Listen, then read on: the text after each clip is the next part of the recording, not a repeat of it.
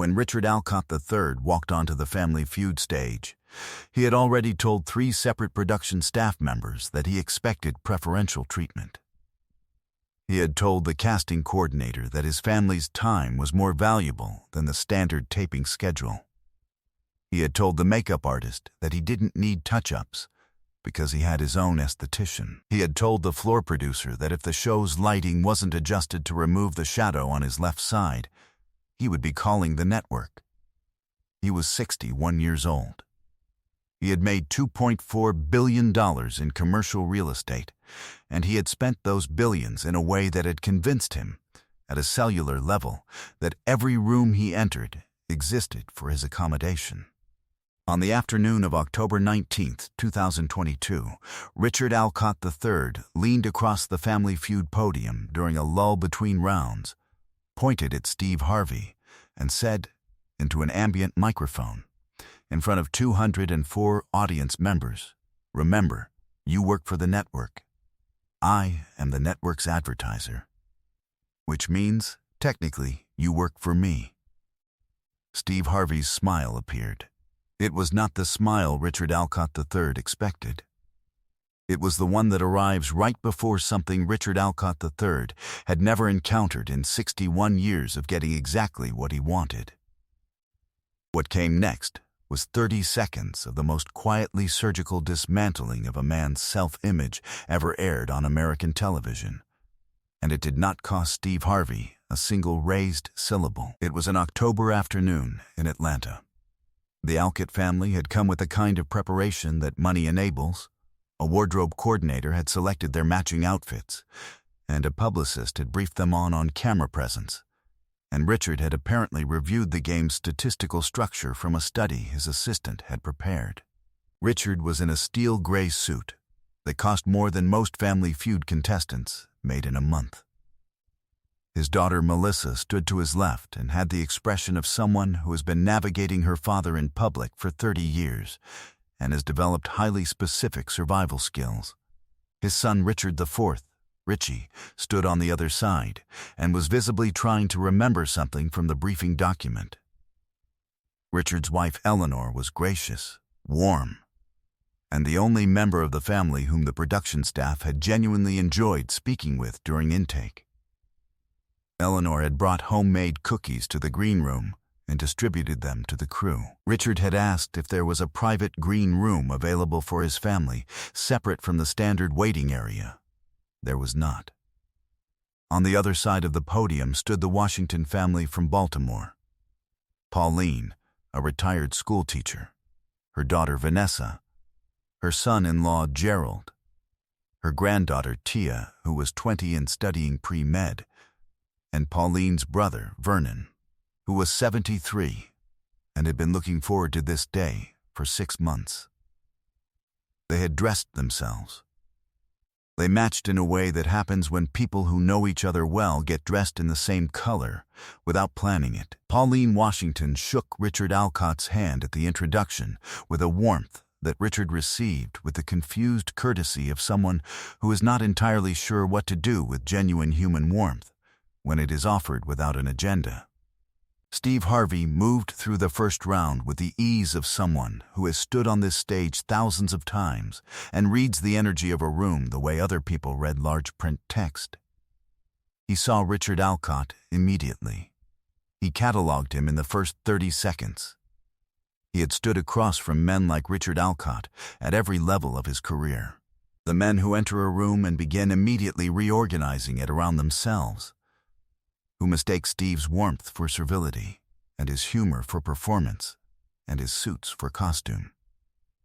Steve Harvey was always interested to see how those men handled the moment they discovered their error. Nobody in that studio knew that Richard Alcott had made a specific comment during the pre-show briefing about the studio's production values, a comment that 2 crew members had heard, and neither had responded to.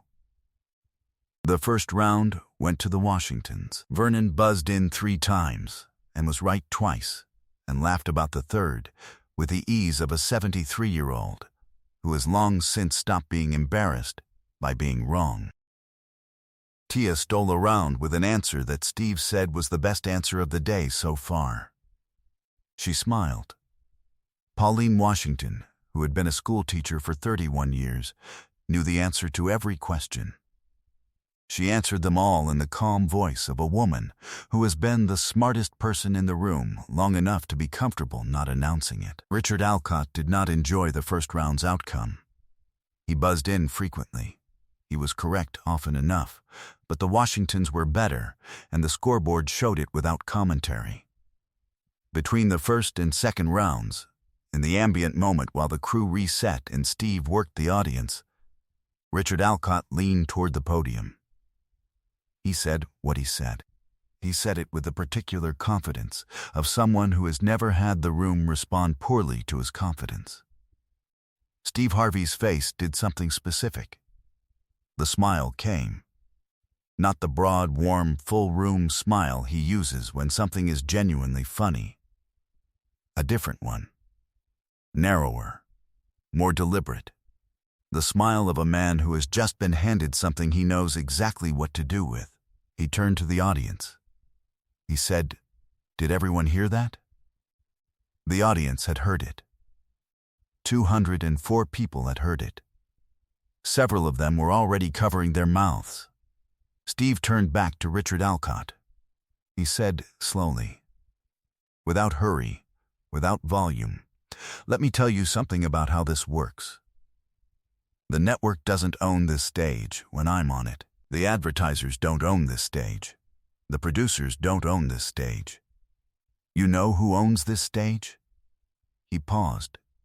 He looked Richard Alcott III directly in the eyes. The people who built it. He let that sit for exactly 3 seconds. And the people who built it didn't get here by having someone else's money. They got here by doing the work. Every single day.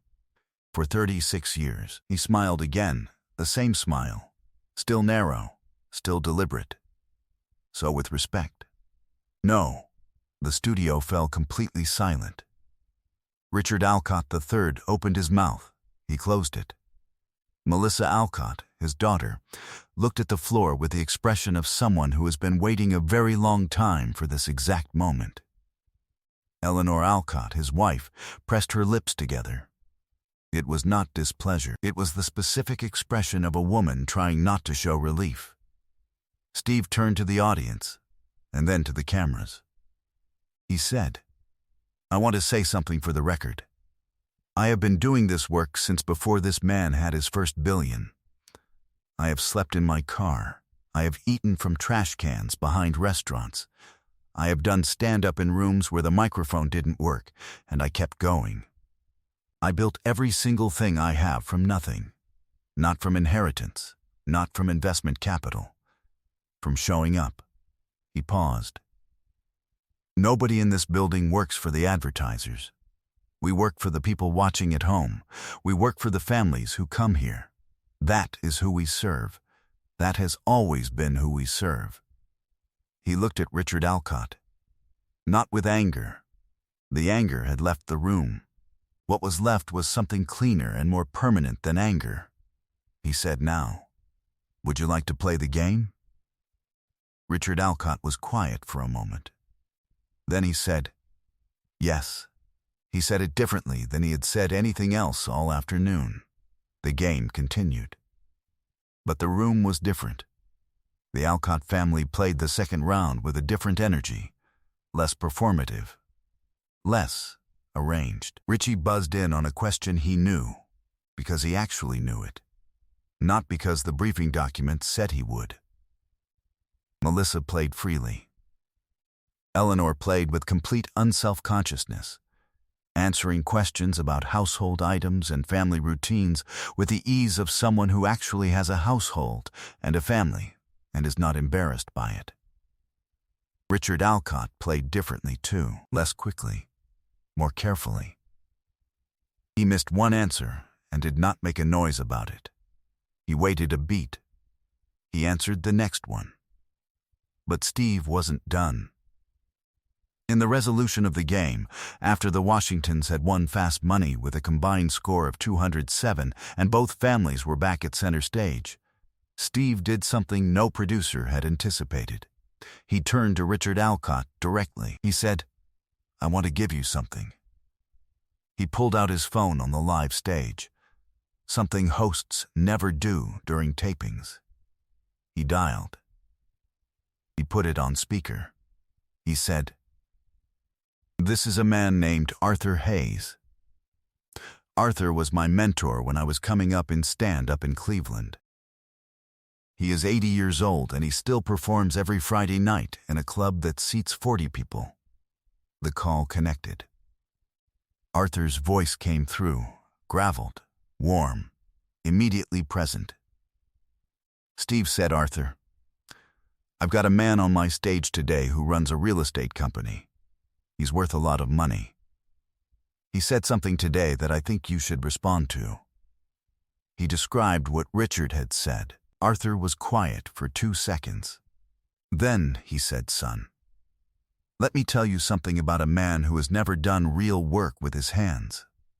He doesn't know what he's worth. He only knows what he charges. Those are 2 different numbers. Steve Harvey has always known what he's worth. That's why the number keeps going up." He paused. "Tell your man hello from me." He hung up. Steve put the phone down. He looked at Richard Alcott. He said, "That man worked a loading dock for 11 years while he did comedy on weekends. He never stopped. He never asked anyone to adjust the lighting." The smile came back. Learn something from that. Richard Alcott was quiet for a very long time. Then he said something that no one in the room expected, least of all Melissa, who had been waiting 30 years for this and was now looking at her father as if seeing someone she had not previously had access to. He said, "You're right. I owe you an apology." He said it directly. He did not dress it up or negotiate it. He said, "What I said was disrespectful. You've earned everything you have. I can see that. I apologize." Steve Harvey looked at him for a moment. He nodded once. He said, "I appreciate that." He extended his hand. Richard Alcott shook it. The audience applauded, not explosively, but steadily, the way people applaud when something real has happened. He gave both families the $20,000 prize. The Washingtons celebrated the way people celebrate when they have genuinely won something. Richard Alcott watched them from across the stage. He watched Tia jump into Gerald's arms. He watched Pauline hold Vernon's hand. He watched the Washingtons be exactly and completely themselves without adjustment or presentation. He watched them for a while. When the episode aired 8 weeks later, the 30-second clip, Steve's smile, the pause, the single word "no," had been viewed 118 million times from a production leak. The full episode drew 40 million broadcast viewers, the largest single-night audience for the show in 11 years. The hashtag #TheSmile trended in 29 countries. A business school at Northwestern University used the clip in a leadership seminar on authority and authenticity. The professor described Steve's response as a masterclass in positional power that has nothing to do with title. 3 months after the taping, Richard Alcott III made a donation, anonymously, routed through his family foundation, of $500,000 to a performing arts scholarship fund that supports first-generation college students studying entertainment and media. He did not issue a press release. His publicist found out 3 weeks later. She did not ask him to explain it. She recognized the episode. She let it stand. A year after the episode, Melissa Alcott sat down with a journalist for an unrelated profile and was asked about the Family Feud appearance. She said, "It was the best thing that ever happened to my father, and I say that with complete sincerity. My father has been surrounded for 60 years by people who tell him he's right. Steve Harvey told him he was wrong, in front of everyone, without cruelty, and my father, for the first time I can remember, listened. Something shifted." She paused. I have been trying to say what Steve Harvey said that day for 30 years. I just didn't have the smile for it. Today, Arthur Hayes still performs every Friday night in a club that seats 40 people. He has been told about the phone call on the Family Feud stage approximately 40 times by people who have seen the episode. He says the same thing every time. Steve didn't need me to say that. He already knew it. I just said it out loud so somebody else could hear it. Melissa Alcott, who had been waiting 30 years for something to shift in her father, said in a follow-up interview conducted 8 months after the episode that the change was not sudden and was not complete and was not simple. She said, "My father did not transform on a television stage. That is not how people work. What happened was that a crack appeared, a small one, in something that had been sealed shut for 60 years. And light got in. And then he had to decide what to do with the light." She said he had been deciding for 8 months. She said the decisions were small and imperfect and real. He had asked his household staff their names, their actual first names, for the first time in 11 years of employing them. He had attended Richie's law school graduation without his phone in his hand. He had called Margaret, his wife, from a business trip just to tell her he was thinking of her. Not to update her on logistics, just to say the thing. Melissa said, "For most people, those are ordinary acts. For my father, they are a revolution, and I am watching him have it, imperfectly and slowly, and I think it is the most important thing he has ever done." She paused. I told him that. He cried. Briefly and quietly, in the way my father cries, which is with a great deal of effort and a handkerchief. But he cried. The $500,000 anonymous donation Richard Alcott had made to the Performing Arts Scholarship Fund was eventually connected to him by a financial journalist 14 months after the episode. Richard's publicist called to ask how to respond. Richard said, "Don't." The journalist published the connection anyway. The comments section of the article, which is rarely the place where anything useful occurs, was, that day, entirely full of people describing performers and teachers and artists who had changed their lives. It ran for 4 days. Richard read the first 3 pages of it. He did not comment. He sent a screenshot to Steve Harvey's assistant with a note that said, "I think I finally understand what you do." Eleanor Alcott, Richard's wife, who had distributed homemade cookies to the production crew in the green room and who had received Richard's apology with the quiet relief of someone who had waited a very long time for it, said something in a private conversation that Margaret, their daughter, later shared. "Your father has spent 60 years being certain. I have spent 41 years loving someone who was certain, and I have thought every day for 41 years that certainty is not a quality I would have chosen if I had been given the choice." She had paused. What happened today is the first time I have ever seen him be uncertain in public.